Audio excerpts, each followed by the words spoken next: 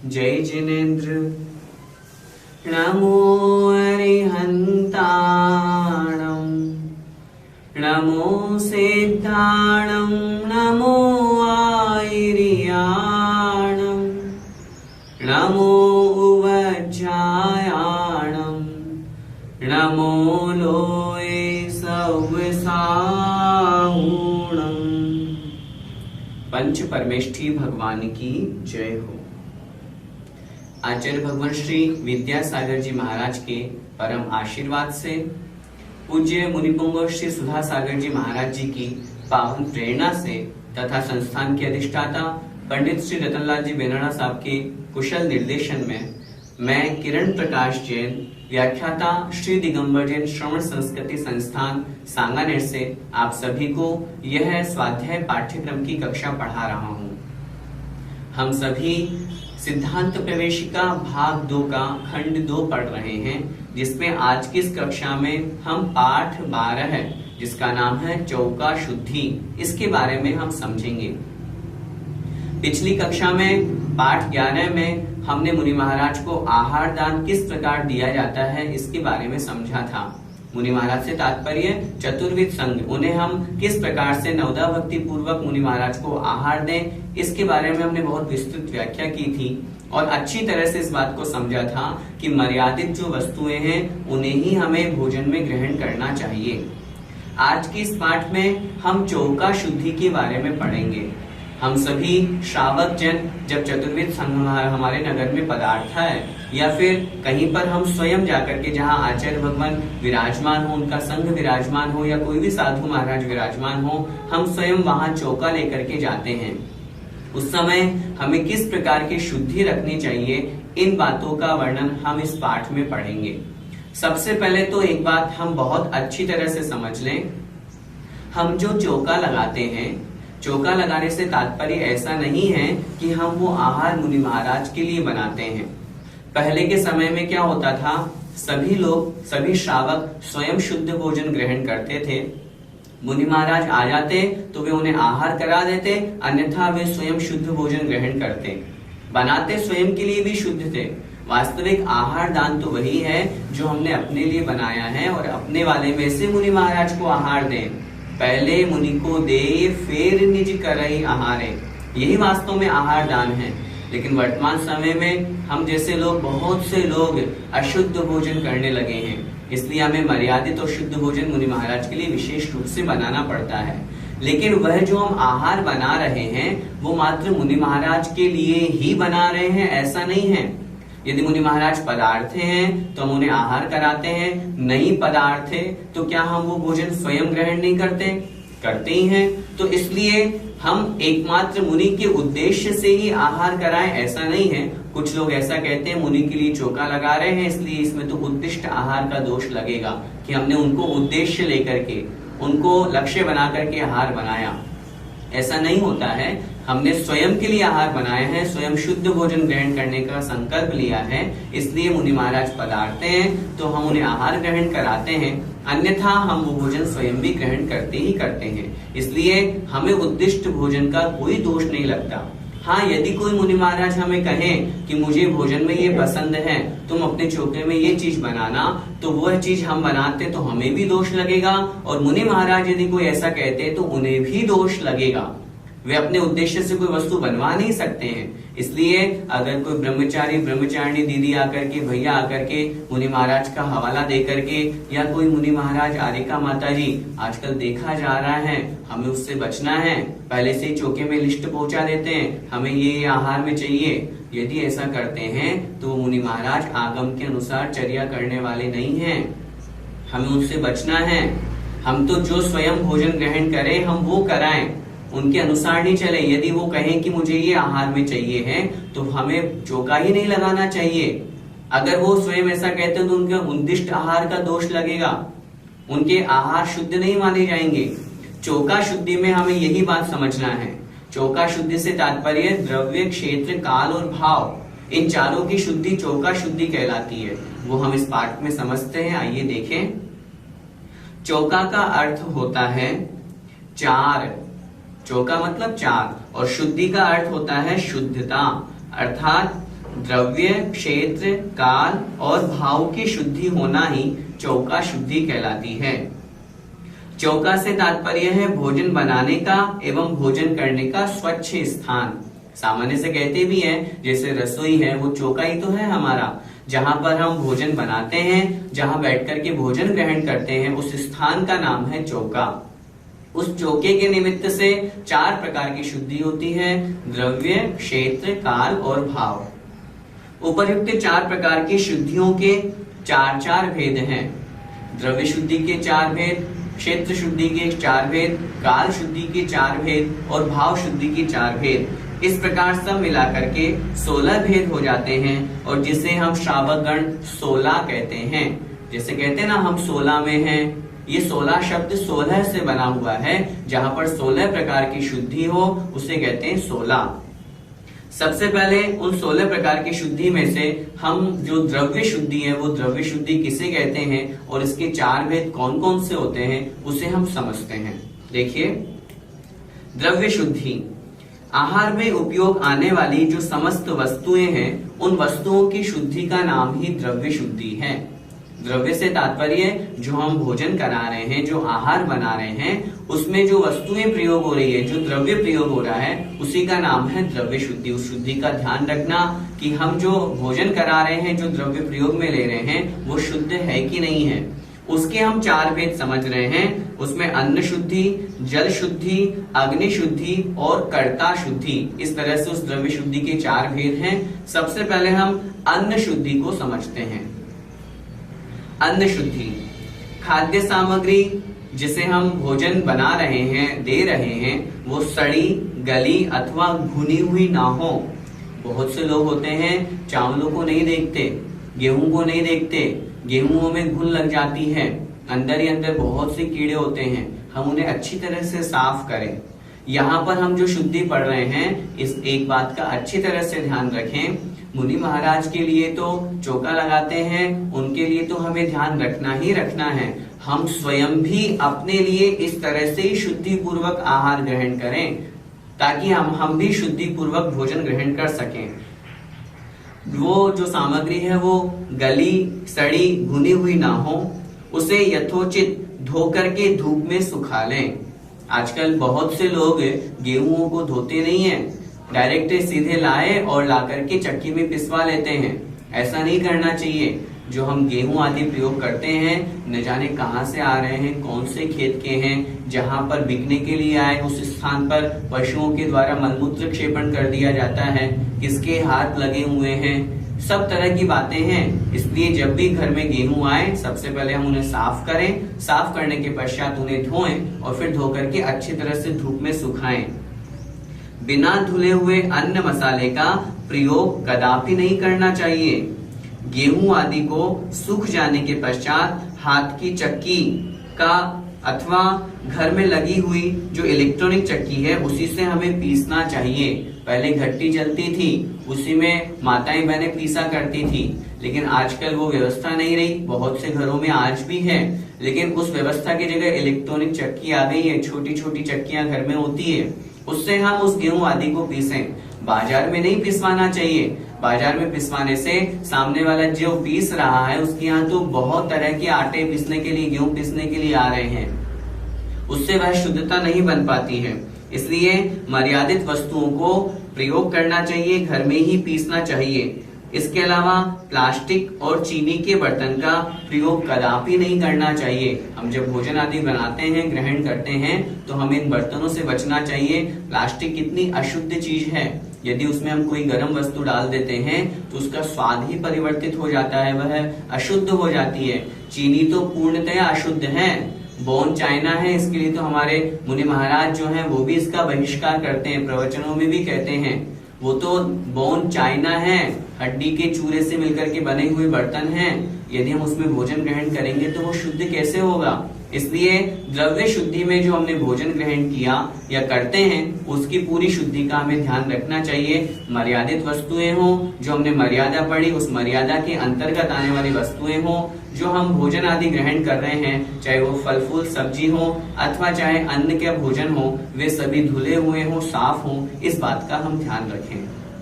दूसरी शुद्धि है जल की शुद्धि। किस तरह होती है जल की शुद्धि देखें। जल शुद्धि में दो बातें आती हैं। पहली बात जल को छानना और दूसरी बात जल में से निकले हुए जीवों की रक्षार्थ जीवाणु को यथास्थान पहुंचाना। जल की शुद्धि हमें दो तरीके से ध्यान रखनी चाहिए।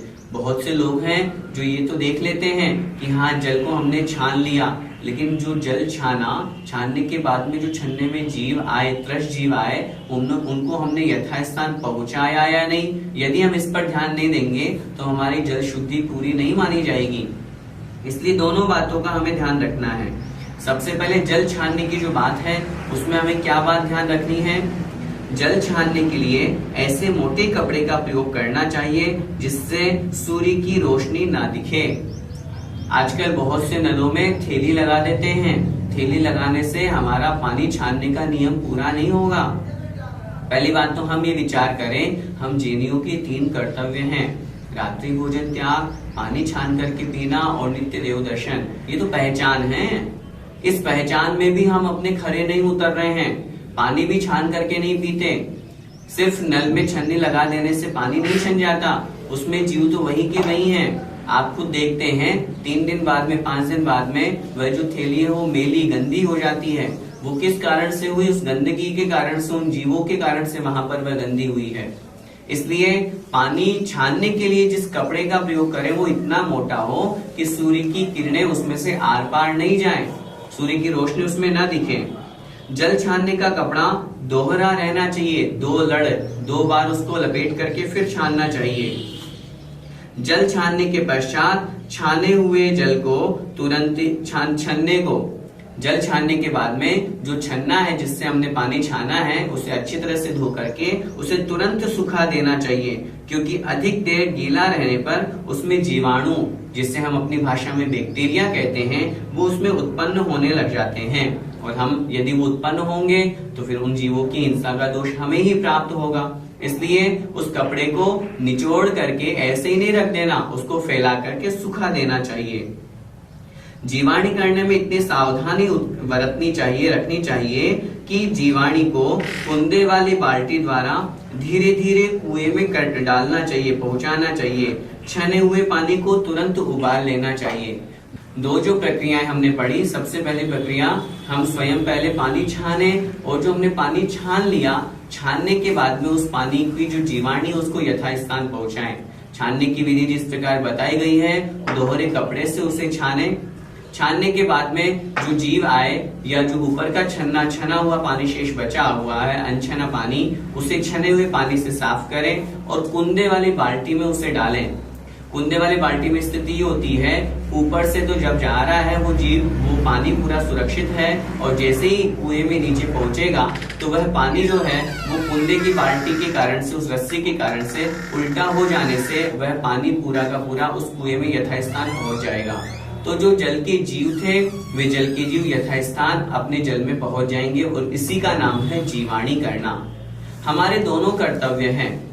हम जीवाणु को यथास्थान नहीं पहुंचाते हैं तो हमारी पानी छानने की जल की शुद्धि अधूरी कहलाती है, इसलिए हम उसे करें। अब वर्तमान में हमारे समक्ष एक बहुत बड़ी समस्या है, बहुत से स्थानों पर कुएं नहीं होते हैं, फिर हम जल की शुद्धि कैसे करें? इस संबंध में शास्त्रों में तो कुछ नहीं मिलता, लेकिन फिर भी हम सामान्य से विवेक लगा करके एक प्रयोग कर सकते हैं। हमने जो पानी छाना, पानी छानने के बाद में जो जीवाणु बची, उस जीवाणु को हम अपने छत पे जाकर के जो टंकी है उस टंकी में डाल दें। उस टंकी में यदि हम पानी डाल देंगे तो जो जल के जीव है वह जो पानी है वो यथास्थान पहुंच जाएगा। इससे हमें उन जीवों की हिंसा का दोष नहीं लगेगा। वो पूर्णतः आगम परंपरा तो नहीं है, लेकिन अपवाद रूप में यदि वह हम कुएं तक नहीं पहुंच पा रहे हैं, उस क्रिया को करने में समर्थ नहीं है, तो इस क्रिया को करके भी हम अपने कार्य को कर सकते हैं। जो हमने पानी छाना, इस छने हुए पानी की मर्यादा होती है 48 मिनट की, अंतर मुहूर्त की। अब अंतर मुहूर्त बाद पुनः हमको छानना पड़े, इससे अच्छा है, बहुत अच्छी प्रोसेस है, छने हुए पानी को हम उबाल लें। हमारे दिन भर में जितना पानी उपयोग में आना है उस पानी को यदि हम उबाल लेंगे तो उसकी मर्यादा 24 घंटे की हो जाएगी। सुबह 6 बजे हमने उबाल लिया, अब इसके बाद दिन भर हम प्रयोग करें, अगले दिन सुबह 6 बजे तक उस पानी को हमें छानने की आवश्यकता नहीं है, तो हम उस प्रक्रिया से बच भी जाएंगे और बार बार जो हमें छानने का जो लगता है कि क्यों बार बार हम छाने, उससे भी हम बच जाएंगे, जिससे हमारी शुद्धि यथावत बनी रहेगी। शुद्ध आहार, शुद्ध भोजन और शुद्ध पानी हमें ग्रहण होगा। डॉक्टर्स भी कहते हैं कि हमें गर्म पानी पीना चाहिए, गुनगुना पानी पीना चाहिए, उससे भी युक्त हम हो जाएंगे। और फिर भी मैं तो कहता हूँ यदि गर्म पानी भी नहीं पीना तो भी हमने 24 घंटे की मर्यादा वाला वह पानी उबाल लिया। उबालने के बाद में वो शरीर में थोड़ी देर बाद ठंडा हो जाएगा, उसके पश्चात हम उसे ग्रहण कर सकते हैं। यह कहलाई जल की शुद्धि। तीसरी शुद्धि है अग्नि शुद्धि। अग्नि शुद्धि में हमें किस बात का ध्यान रखना चाहिए? ईंधन देख शोध करके प्रयोग उपयोग करना चाहिए। पहले के समय में तो चूल्हे आदि जलते थे, लकड़ी आदि का प्रयोग किया जाता था, इसलिए उसमें तो बहुत भूल लग जाने से या बहुत छोटे छोटे जीव उन सूखी लकड़ियों में, गीली लकड़ियों में रहते थे, इसलिए वहां तो इस बातों का ध्यान रखा ही जाता था। लेकिन आज हमारे समक्ष गैस आ गए हैं, सिगड़ियां आ गई हैं, वो चूल्हे वाली चीजें सब दूर हो गई हैं, लेकिन इसमें भी हमें अग्नि शुद्धि का ध्यान रखना चाहिए। कैसे रखें हम अग्नि शुद्धि का गैस आदि के समय ध्यान? जब भी हम गैस जलाएं, गैस के आसपास छोटे छोटे जीव होते हैं, छोटे छोटे कीड़े होते हैं, उसको हम देखें, अच्छी तरह से उनको साफ कर लें, फिर उसके पश्चात हम गैस को जलाएं। क्योंकि बहुत बार ऐसी स्थिति होती है स्टोव के वहां पर छोटे छोटे कीड़े होते हैं और हमने बिना देखे लाइटर से जैसे ही गैस जलाई, वो जीव तुरंत वहां पर मरण को प्राप्त हो जाते हैं, समाप्त ही हो जाते हैं। हमें पता ही नहीं चलता कि यहाँ जीव थे, क्योंकि वो तो जल करके भस्म हो गए। कितने जीवों की हिंसा वहां पर हो जाती है। जब भी हम माताएं बहनें भोजन बनाती हैं, उस समय जो गरम गरम चीजें हैं, चाहे तवा है, चाहे कुकर है, चाहे कुछ भी चीज है, उसको उठाया और बिना देखे शोधे वहां पर रख देते हैं, पट्टी पर रख देते हैं, नीचे रख देते हैं। वहां चींटियां या छोटे छोटे जीव होते हैं जो उस ताप के कारण से, उस अग्नि के कारण से जल करके समाप्त हो जाते हैं। हम उस बात का भी ध्यान रखें कि जब भी हम किसी भी गर्म वस्तु को रखें तो वहां पर शुद्धि का ध्यान रखें, कोई जीव तो नहीं है, इस बात को हम देख लें। ऐसा करेंगे तो हमारी अग्नि शुद्धि बन जाएगी। द्रव्य शुद्धि में चौथे नंबर पे आता है कर्ता की शुद्धि। कर्ता की शुद्धि किस प्रकार होती है? कर्ता मतलब भोजन बनाने वाला। कर्ता का तात्पर्य होता है करने वाला। जो भोजन बनाने वाला है वह स्वस्थ हो, उसे किसी तरह की कोई बीमारी ना हो, वह नहा धो करके शुद्ध कपड़े पहने हुए हो। ऐसे नहीं पूर्व रात्रि के ही हैं, गंदे कपड़े पहना हुआ है, मैले कुचेले हैं और उन्हीं कपड़ों से वो आहार बना रहा है, भोजन बना रहा है। उसके नाखून बड़े ना हो। देखो इन सब बातों का ध्यान रखना है। माताएं बहनें, ये सब चैनल के माध्यम से आप लोग सुन रही हैं। बहुत सी युवा माताएं बहनें, न्यू जनरेशन बड़े बड़े नाखून रखते हैं। बड़े बड़े नाखून रखने से बहुत सी गंदगी उनमें चली जाती है।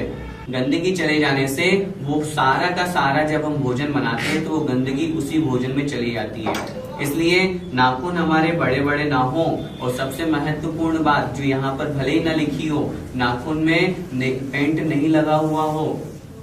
यदि नाखून में नेल पेंट लगा हुआ है और यदि आप उसी हाथ से आटा ओसन रहे हैं, आटा बना रहे हैं, रोटी बना रहे हैं, सब्जी बना रहे हैं, तो वो नेल पेंट के कण जो है वो उस भोजन में मिल जाते हैं। अब सोचिए हमें कितना बड़ा दोष लगता है। सबसे पहले तो वो नेल पेंट ही अशुद्ध है, कितने जीवों की हिंसा से वो बना है, और फिर उसके पश्चात यदि वो भोजन में चला गया तो फिर तो हमें कितना बड़ा दोष लगेगा।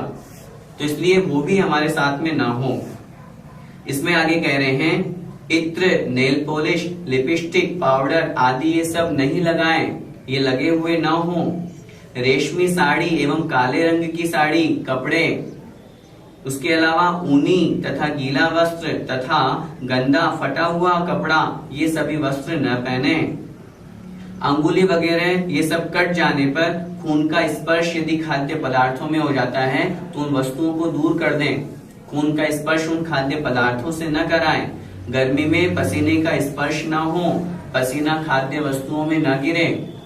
ऐसा बहुत बार स्थिति होती है, गर्मी भयंकर है, पसीना चू रहा है, पसीना निकल रहा है, माताएं बहनें पोंछ रही हैं और आहार बनाती जा रही हैं, कितनी गंदगी वहां पर हो जाती है। उस चीज से हम बचें।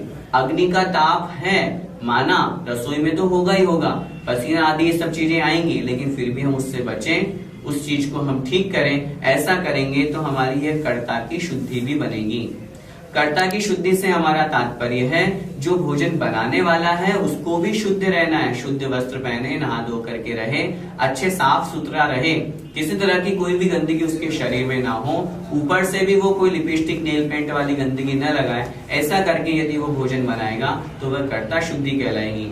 इस प्रकार हमने ये 4 प्रकार की जो शुद्धि पढ़ी, जिसमें अन्न शुद्धि, जल शुद्धि, अग्नि शुद्धि और कर्ता की शुद्धि, ये द्रव्य शुद्धि के बारे में हमने पढ़ा।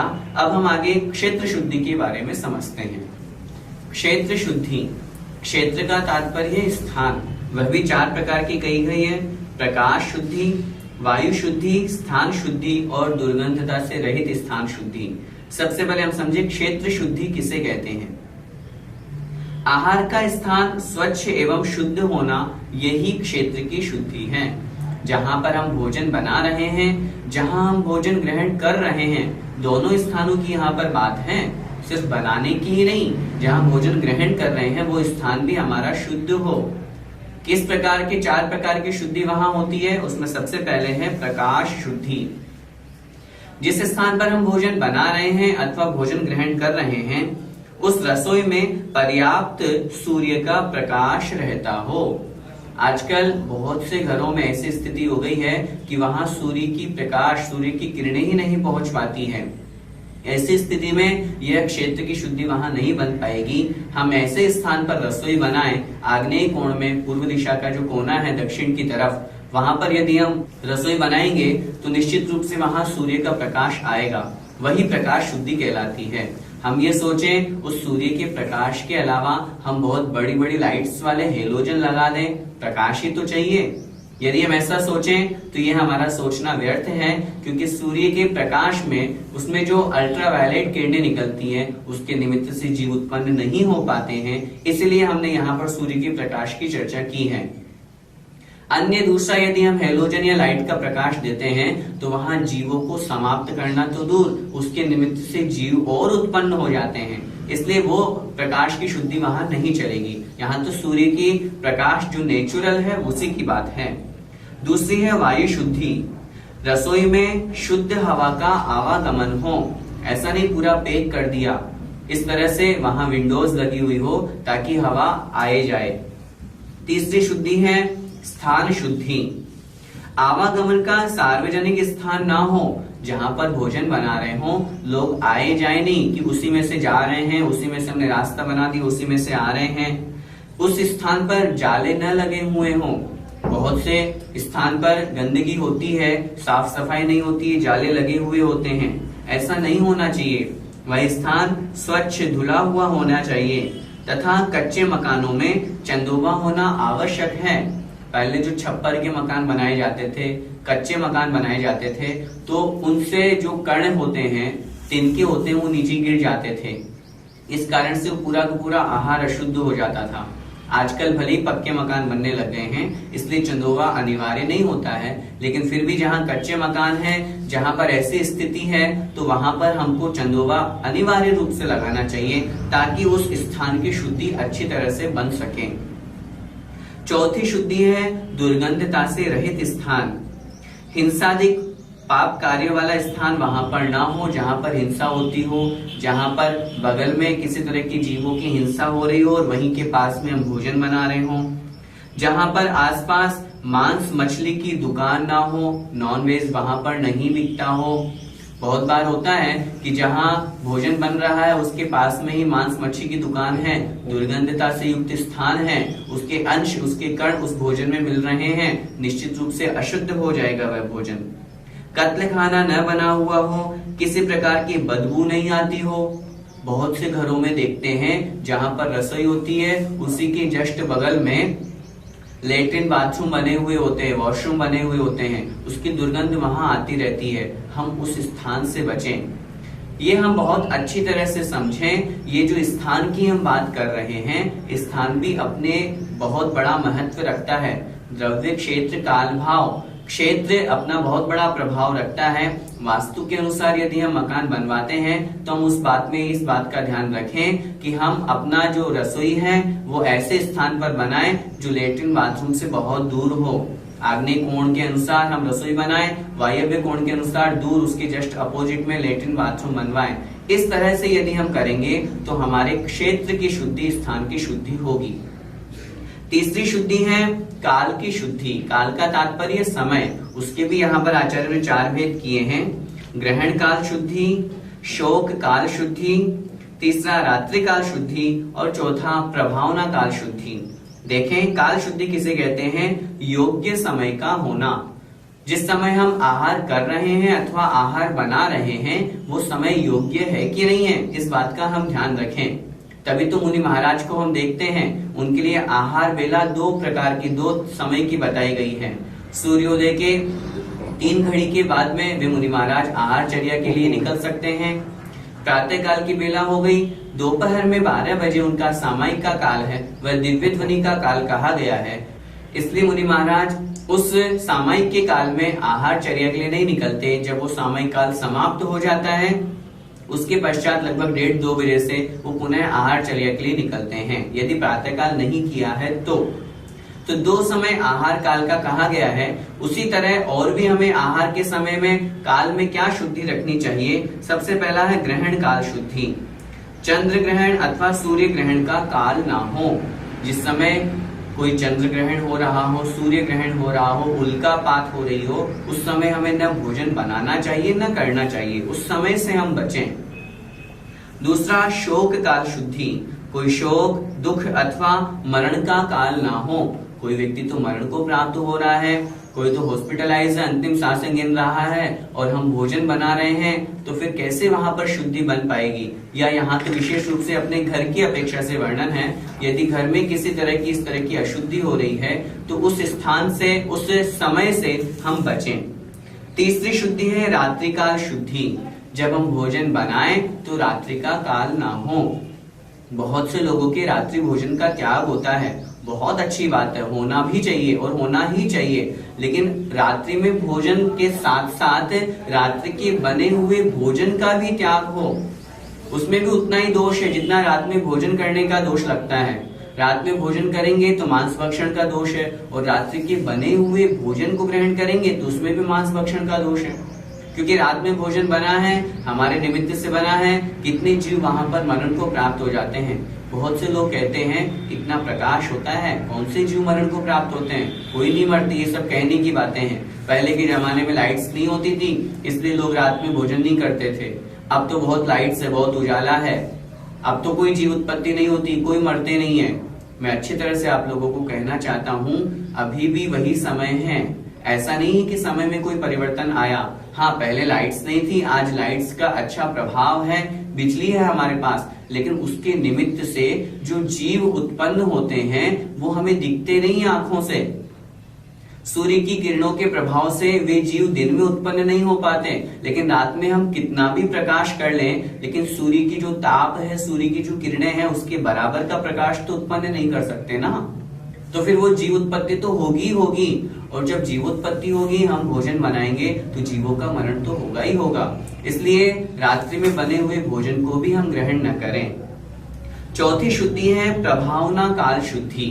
प्रभावना काल से यहाँ तात्पर्य जब धर्म की प्रभावना हो रही हो अथवा कोई उत्सव हो रहा हो, हम उसमें तो सम्मिलित नहीं हो और हम स्वयं भोजन ग्रहण करने लगे, करने चले जाएं, तो उस समय भी हमें भोजन ग्रहण नहीं करना चाहिए। इसलिए यह जो 4 प्रकार की शुद्धि कही गई है, ये काल शुद्धि की अपेक्षा से हमें समझना चाहिए। चौथी शुद्धि है भाव शुद्धि। भाव से तात्पर्य परिणामों की शुद्धि। आइए हम उसको भी समझते हैं, उसके भी 4 भेद हैं। सबसे पहले वात्सल्य भाव, करुणा भाव, विनय भाव और दान का भाव। इस प्रकार भावों में भी शुद्धि होनी चाहिए। भाव शुद्धि किसे कहते हैं? परिणामों की शुद्धि का होना। हम जो आहार दे रहे हैं, हम जो भोजन करा रहे हैं, वो हमारे परिणाम अच्छे हों। ऐसा नहीं है कि हम जबरदस्ती कर रहे हों, हम गुस्से में भोजन करा रहे हों, हम क्रोध से युक्त होकर के भोजन ग्रहण कर रहे हों। क्रोध से युक्त भोजन किया हुआ भोजन विष के समान होता है। सामान्य रूप से एक प्रसंग सुनने में आता है कि कोई माता अपने बच्चे को गुस्से से युक्त होकर के यदि स्तनपान कराती है, तो वैसे तो स्तनपान उस बालक को अमृत का रूप प्रदान करता है, लेकिन यदि गुस्से से युक्त होकर के कराती है तो वही दुग्ध उसके लिए विष बन जाता है, जहर बन जाता है। इसलिए हमें गुस्से में भोजन नहीं करना चाहिए। सभी लोग सुन रहे हैं, इस बात को हम बहुत अच्छी तरह से समझें। यदि हमारी श्रीमती जी के द्वारा, घर में माता बहनों के द्वारा यदि किसी तरह की कोई कमी रह गई हो तो उसे हमें साम्य भाव से सहन करें। यदि नमक कम है तो नमक मांग लें, ऊपर से डाल लें। यदि त्याग है तो साम्य भाव से उसे सहन करें। हम क्रोध से युक्त होकर के क्यों भोजन ग्रहण करते हैं? हम मौन भी ले लें और मौन के बाद में फिर हम और गुस्सा करें तो फिर क्या हमारा मौन लेना सार्थक कहा जाएगा? हम अच्छी तरह से समझें, हम धर्म की क्रियाएं तो करते हैं लेकिन हमें दिखावे के लिए नहीं करना, वो हमें आत्मसात भी करना है, हमारे परिणाम अच्छे बने। इस बात को लेकर के यहाँ पर भाव शुद्धि समझाई जा रही है। देखिए, सबसे पहला है वात्सल्य भाव। पात्र और धर्म के प्रति वात्सल्य का होना। जिनको हम भोजन करा रहे हैं, बड़े प्रेम भाव से, स्नेह भाव से हम उन्हें भोजन कराएं। ऐसा नहीं है वो हमारे घर में आ गए, हमने उनको बिठा दिया और हम तो कहीं बातें करने लग गए और वो आराम से बैठे हैं। हम यदि सूखी रोटी भी खिला रहे हैं और बड़े प्रेम भाव से, प्रेम शब्दों से बोल करके खिला रहे हैं तो वह भी सामने वाला के लिए अमृत बन जाता है, दुग्ध बन जाता है, मिष्ठ रस बन जाता है। इसलिए वात्सल्य, बड़े प्रेम भाव के साथ में हम भोजन कराएं। दूसरा है करुणा भाव। सब जीवों एवं पात्रों के ऊपर दया का भाव होना चाहिए। दया भाव रख करके वात्सल्य के साथ में करुणा का भाव भी वहां पर होना चाहिए। तीसरा है विनय भाव। पात्र के प्रति विनय से युक्त भाव होना चाहिए। बड़ी विनम्रता से वो पधारें, जो जिस पद के योग्य हैं, जो जिस पद के योग्य, सम्मान के योग्य हैं, उस योग्य सम्मान हम उनको प्रदान करें। उस सम्मान के साथ में हम उनको विनय के साथ में भोजन कराएं। और चौथा है दान का भाव, अर्थात कषाय रहित और हर्ष सहित वस्तु को हितकारी भाव से देना चाहिए। ऐसा नहीं है ईर्ष्या भाव से दे रहे हैं। बहुत बार ऐसी स्थिति होती है, हम चौका लगाते हैं, 7 दिन तक मुनि महाराज नहीं आए और हमारे बगल वाले चौके में 2 बार मुनि महाराज आ गए तो हमें उस दाता से ही ईर्ष्या होने लग जाती है। अरे, हम अपने पुण्य को तो बढ़ाते नहीं है और उस दाता से हम ईर्ष्या करते हैं। ऐसा करने से और पाप कर्म का बंध होता है। और जब मुनि महाराज आ जाएं तो बड़े हर्ष भाव से, खुशी मन से वहां पर उनको आहार देना चाहिए। इस तरह से ये हमने भाव शुद्धि के भी 4 भेद पढ़े। द्रव्य, क्षेत्र, काल और भाव, 4 प्रकार का जहां पर शुद्धि होती है उसे हम चौका कहते हैं। और इन्हीं 4 प्रकार की शुद्धियों के 4-4 भेद करने पर 16 भेद हो जाते हैं, उसे ही हम 16 कहते हैं। प्रत्येक श्रावक को 16 प्रकार की शुद्धि को जानकर आहार तैयार करके देना चाहिए। हम मुनि महाराज के लिए तो इस तरह की शुद्धि करें ही करें, अपने लिए भी हम जितना बन सके उस प्रकार की शुद्धि करेंगे तो हमारा जो शुद्ध भोजन है वो हमारे अंदर जाएगा, पेट में जाएगा, तो हमारा मन भी, वचन भी और काया भी शुद्ध होगा और निश्चित रूप से हमारे मुख से निकली हुई वाणी भी अच्छी होगी। हमारा मन पवित्र होगा। यदि हम मर्यादित और पवित्र वस्तुएं भक्षण करेंगे, खाएंगे, तो हमारे मुख से भी पवित्र शब्द ही निकलेंगे, मन से अच्छे विचार हमेशा निकलेंगे। इसलिए इस चौका शुद्धि के जो पाठ है इसको अच्छी तरह से समझ करके 16 प्रकार की शुद्धि को हम भी अपने जीवन में अपनाएं। इसी मंगलमय भावना के साथ, जय जिनेंद्र।